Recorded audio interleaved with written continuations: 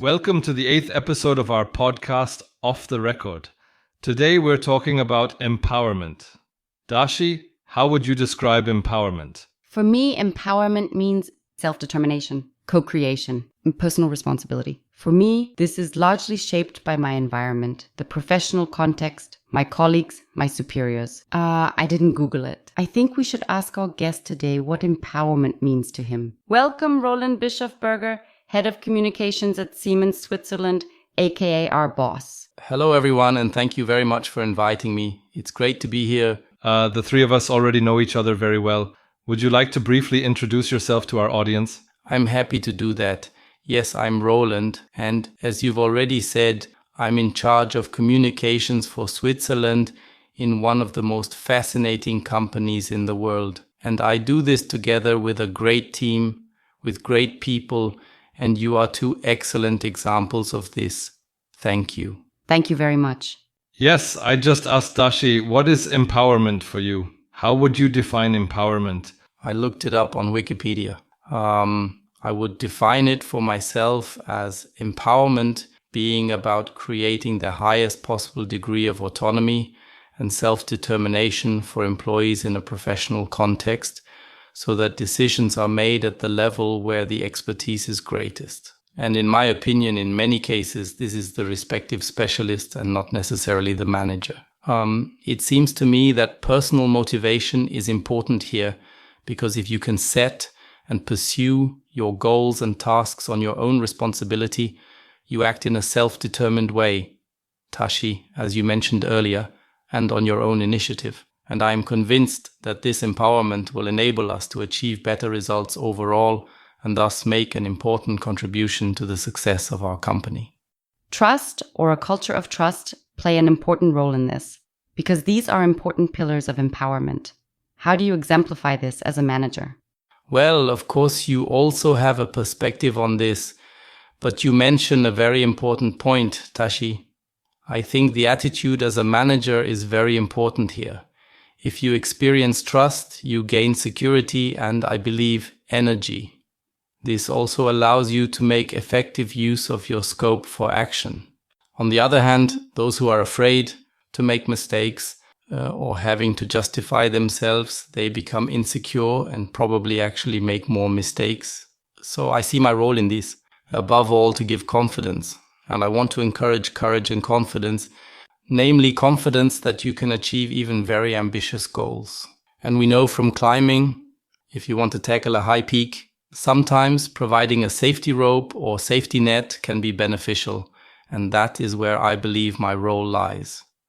I also aspire to be the team's safety net. It's important to be aware that if you ever find yourself in a precarious situation, I will do my best to support you as a safety net. I feel honored that you have placed so much trust in us, and I believe I can speak on behalf of you by saying this. The podcast serves as an excellent example of this trust. We presented the idea to you some time ago, and you attentively listened. You didn't say anything at first, kept listening, and you've let us do it ever since. Honestly, do you regret us? No, I don't regret it. And honestly, why would I regret it at all? I actually think this podcast is a great example of trial and error, of experimentation. And I didn't have the feeling at all that a safety net or anything like that was necessary. On the contrary, I noticed that the podcast is climbing ever higher peaks. And that's wonderful to watch and even to be part of it today. What does it require to establish trust? Just a moment ago we were discussing trust. Yes, I believe it is a highly intricate matter. There are numerous factors involved, of course. In my opinion, one aspect that stands out is consistency. Trust, in my view, cannot be instantly decided upon, enforced, or cultivated overnight. It develops gradually over time. It necessitates a certain level of familiarity with one another. In simpler terms, consistency plays a crucial role. Another important factor, in my opinion, is communication. More specifically, communication that takes place on equal footing, where it is not solely about issuing directives, but also about providing explanations and outlining the reasons behind the desired objectives. Additionally, it is necessary to create an ongoing dialogue. And then, Instead of trying to exert control over every single aspect, it is vital to establish a distinct framework that enables individuals to be empowered. Within this structure, individuals have the ability to define and strive towards their own goals. Another critical aspect is the efficient delegation of responsibility and holding individuals accountable for their actions. In simpler terms, if someone takes on a task, they should take full ownership of it and receive recognition for their efforts. Conversely, it can be disheartening when a supervisor takes credit for the accomplishments of others. Hence, fairness and equal treatment play a significant role here. Moreover, transparency is of utmost importance. Everyone should be aware of who is responsible for what and comprehend the underlying reasons. However, it is important to strike a balance, as extreme transparency can have negative consequences. As a manager, it is crucial to be mindful of these factors at all times in order to foster a successful working environment. You have had and still have insight into other teams, whether in the past or here at Siemens. Are we already practicing empowerment at Siemens? There are certainly many different approaches, and I don't think there is a right or wrong one. In general, however, I do believe that the understanding of leadership at Siemens has changed massively over the last 20 years. I see this in the leadership behavior that I observe in Switzerland, globally, in the various organizational units at Siemens, and I also see it in my own leadership behavior. There has been significant empowerment resulting in many accomplishments. You just mentioned fear. Why do you believe that a lot of managers struggle or find it challenging? It is, of course, difficult for me to judge what is going on in other people's heads. But if I perhaps look back on my personal view or my personal path, I also had a lot, still have today, of course, but in the past I also had stronger moments of insecurity, also of fears of somehow achieving something. And I think the driver for this was actually a lack of security, a lack of experience. I mentioned continuity earlier. If you are new to a job, perhaps you are young and inexperienced in that specific field. In such a situation, you may question whether or not you are capable of handling the responsibilities. This uncertainty can often lead to feelings of self-doubt and caution, causing you to be hesitant in taking action. This is something that I have personally learned from my own experiences, and I believe I have grown and changed because of it. However, everyone's journey is unique, and what happens to one person may not be applicable to another. It is crucial to take time to reflect on these situations. Ultimately, there is no one-size-fits-all answer that can be universally applied. I recently came across a highly critical article while preparing for this episode that argues that empowering employees may lead to a situation where they no longer have a clear understanding of their tasks and feel a lack of guidance. Moreover, the article suggests that empowering employees could be seen as a way to spend less time on leadership responsibilities. How do you respond to these claims? The opposite is actually the case in terms of saving time. I believe that the time that is invested in an empowerment area or environment is that as a manager you have to invest a lot more in leadership. Obviously, providing an explanation for our destination consumes a longer period of time, so why we are going anywhere cannot be summed up quickly. Instead of simply giving instructions without context, for example. Also this constant dialogue that I mentioned at Siemens. We have the growth talks. The process is currently ongoing, and I regularly conduct a growth talk conversation every week. And there used to be annual targets at Siemens. That was before my time, but I think we really did meet once a year and discuss the targets. And that was it for the year. This constant dialogue, I believe, means that you have to invest more time and should also invest more time in leadership.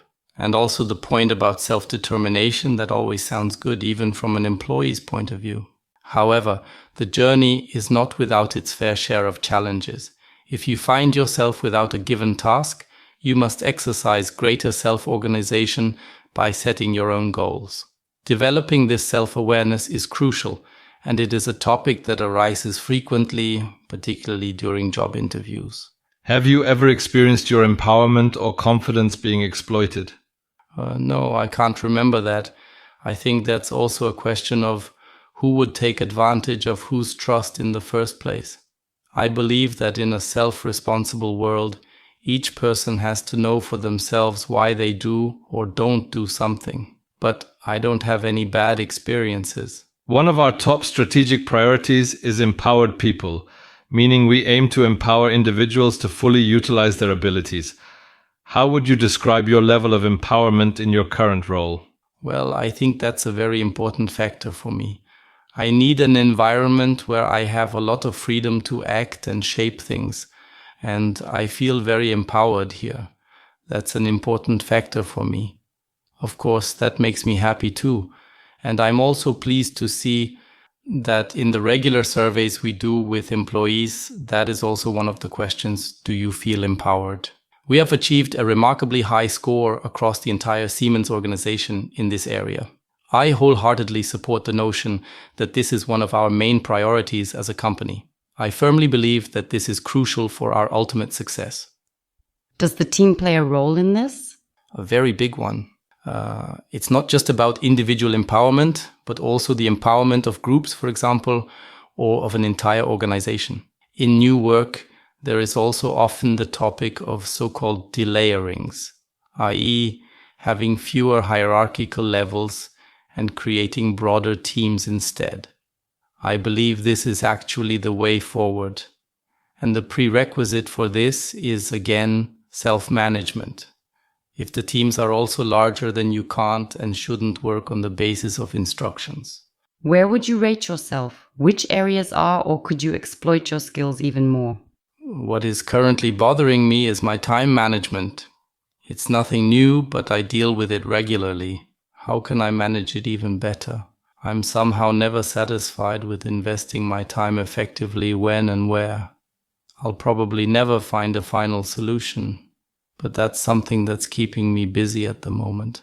Empowerment or giving up responsibility can also mean that it's not my business, it's your business. I believe that this line of thinking would also be misguided in a leadership role. To go back to the analogy of the safety net, if the person holding the safety rope were to simply abandon you while you're climbing the summit, that would not be the right approach. It would definitely be incorrect. From a team member's perspective, especially now that we have a larger team, I can understand that. So it is important to differentiate. It's important to say, this is my framework for the current situation. This is what I'm working on, and this falls outside my framework. By establishing clear boundaries and communicating them transparently, as we discussed earlier, we can ensure clarity and understanding within the team. So I think that makes sense in terms of self-management. Dear Roland, what tasty treats have you brought us? Welcome to the favorite part. Yes, I've dedicated my entire professional career to working for large corporations, which is probably why I have a unique fondness for small organizations and the issues they face in my personal life. This mentality extends to various aspects, including sports and even beer. In addition, I enjoy spending my downtime in the serene mountains, particularly in Davos and the charming village of Monstein. It's in Monstein where this intriguing establishment, referred to as a microbrewery, or perhaps more fittingly a nanobrewery by the name of Mondsteiner, can be found. And I really like them. They make the best beer, by the way. I've been trying to become a shareholder there for a long time, unfortunately without success. It's a very small group, as I said, which also makes them particularly likable. Whilst they've already been sued twice by Monster, and they've already taken this small brewery to court twice because they said you have to give your name, and we're Monster and you're Monstein. That's not possible. The nice thing is, they lost twice, and now we'll toast to that. I would like to discuss a subject that holds great importance to me. I want to address the issue of individuals not showing up to events. Is this behavior a manifestation of empowerment or simply a lack of commitment? No, I don't think so. I believe we're quite familiar with the issue of individuals not showing up. It appears to be more of a social problem. It has become increasingly common, particularly during events like Corona, in light of the COVID pandemic. Whether or not this is the actual reason is unclear. However, it seems to be a widespread social issue that is noticeable everywhere.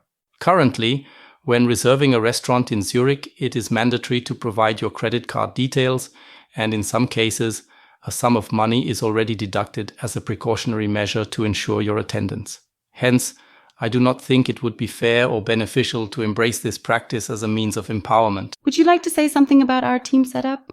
Yes, very much so, yes. Our basic idea is that we try to ensure that everyone in the team can actually define their own job profile, so to speak. We do this by getting together once a year and actually laying ourselves out like godparents.